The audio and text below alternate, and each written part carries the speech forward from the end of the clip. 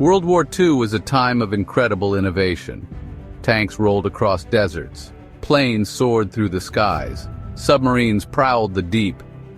But few ideas were as audacious as the brainchild of Geoffrey Pyke, a gigantic aircraft carrier made entirely of ice. This wasn't just some whimsical notion, it was a serious proposal considered by the Allied forces. Imagine this: a colossal ship, immune to torpedoes, capable of launching aircraft in the heart of the Atlantic. This was Project Habakkuk, a testament to the wild ambition and desperate ingenuity of wartime. This wasn't just any ice, though. This was Pykrete, a super-strong material invented by Pyke himself. Reinforced with wood pulp, Pykrete was tougher than regular ice, resistant to the pounding waves in German U-boats. It seemed like the perfect solution to a critical problem, protecting Allied shipping lanes from the relentless onslaught of German attacks.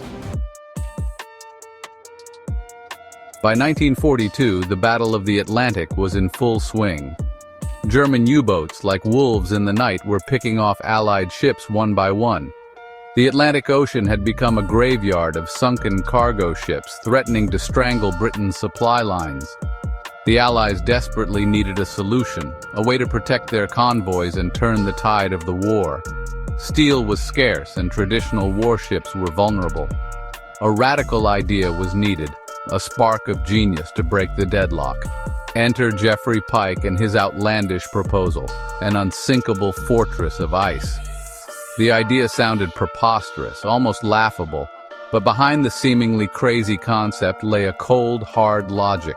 Ice was abundant, especially in colder regions. An ice ship wouldn't require precious steel, which was in short supply, and most importantly, it would be incredibly difficult to sink. Torpedoes would simply pass through the ice, leaving the ship largely intact. Geoffrey Pyke was an enigmatic figure, a true eccentric with a mind that raced ahead of its time. He was an inventor, an educator, and a passionate believer in out-of-the-box thinking. Some considered him a maverick, a bit of a mad scientist. But Pyke was also a man of action, driven by a deep desire to contribute to the war effort. He had a knack for seeing possibilities where others saw only obstacles. His mind was a whirlwind of unconventional ideas, constantly seeking unorthodox solutions to seemingly insurmountable problems.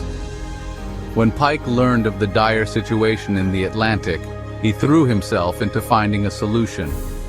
He bombarded the British War Office with proposals, some practical, some bordering on the bizarre. He envisioned gigantic artificial harbors to aid amphibious landings and even proposed using colored smoke to create artificial clouds for camouflage. But it was his idea for an ice aircraft carrier that truly captured the imagination of Winston Churchill, Britain's wartime leader. Pyke wasn't content with simply building a ship out of ordinary ice. He knew it wouldn't be strong enough to withstand the harsh conditions of the North Atlantic. So, he invented a new material, a super-strong ice composite he called Pykrete. This wasn't just frozen water, it was a carefully engineered blend of ice and wood pulp. The wood pulp acted like a reinforcing mesh, adding incredible strength and durability to the ice. Pykrete had some remarkable properties. It was surprisingly strong, able to withstand significant impacts and stresses. It was also much slower to melt than regular ice thanks to the insulating properties of the wood pulp. And perhaps most importantly, it was buoyant and could be molded into virtually any shape imaginable. Pykrete seemed like the miracle material, a wartime innovation with the potential to revolutionize naval warfare. Section 5. Building a behemoth, the Canadian experiment. Intrigued by Pyke's proposal and the potential of Pykrete, Churchill gave the go-ahead for a prototype. Project Habakkuk, named after a verse in the Bible about God's power over nature, was born. A remote lake in the Canadian Rockies was chosen as the construction site. There, far from the prying eyes of German reconnaissance, a team of engineers and construction workers embarked on a truly extraordinary feat of engineering. Imagine this: a vast frozen lake surrounded by towering mountains. The air is thick with the sound of saws and hammers. Massive blocks of ice are being hauled from the lake, mixed with wood pulp, and then carefully layered to form the hull of the prototype ship. It's a scene of incredible industrial activity, a testament to human ingenuity and determination. The prototype, while a fraction of the size of the envisioned Habakkuk, was still an impressive sight. It was a 60-foot-long vessel, complete with a rudimentary cooling system to prevent melting.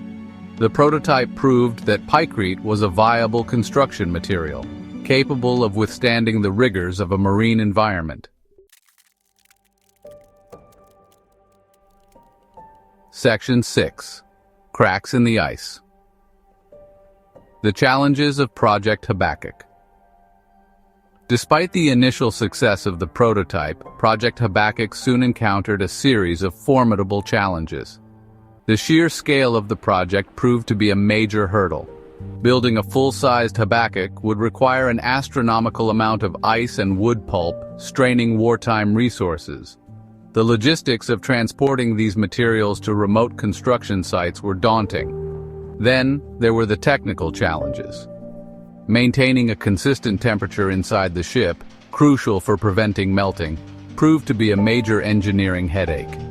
The massive refrigeration system required vast amounts of energy, and even then, keeping the interior temperature stable was a constant battle. Furthermore, doubts began to surface about the structural integrity of a full-sized Habakkuk. Would it be able to withstand the stresses of ocean waves and potential enemy attacks? Could it be effectively maneuvered, or would it be an unwieldy behemoth vulnerable to enemy fire? Section 7. What if? The Habakkuk's hypothetical impact. Had Project Habakkuk come to fruition, it could have dramatically altered the course of World War II. Imagine a massive, unsinkable aircraft carrier patrolling the North Atlantic, a floating fortress launching waves of aircraft against German U-boats. The impact on the Battle of the Atlantic, and indeed the entire war, could have been profound. The Habakkuk, with its vast size and capacity for carrying aircraft, could have provided crucial air cover for Allied convoys, making it far more difficult for German U-boats to operate effectively. This could have significantly reduced Allied shipping losses, potentially shortening the war and saving countless lives.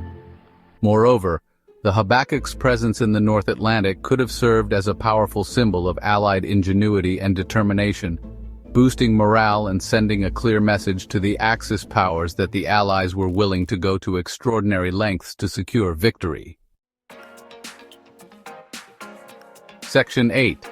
A Vision Too Grand. The Legacy of Project Habakkuk. In the end, despite its initial promise, Project Habakkuk was deemed impractical and was scrapped in late 1943. The war was turning in the Allies' favor, and the urgent need for an unsinkable aircraft carrier had diminished. The technical challenges, combined with the sheer logistical nightmare of building and deploying such a massive structure, proved insurmountable.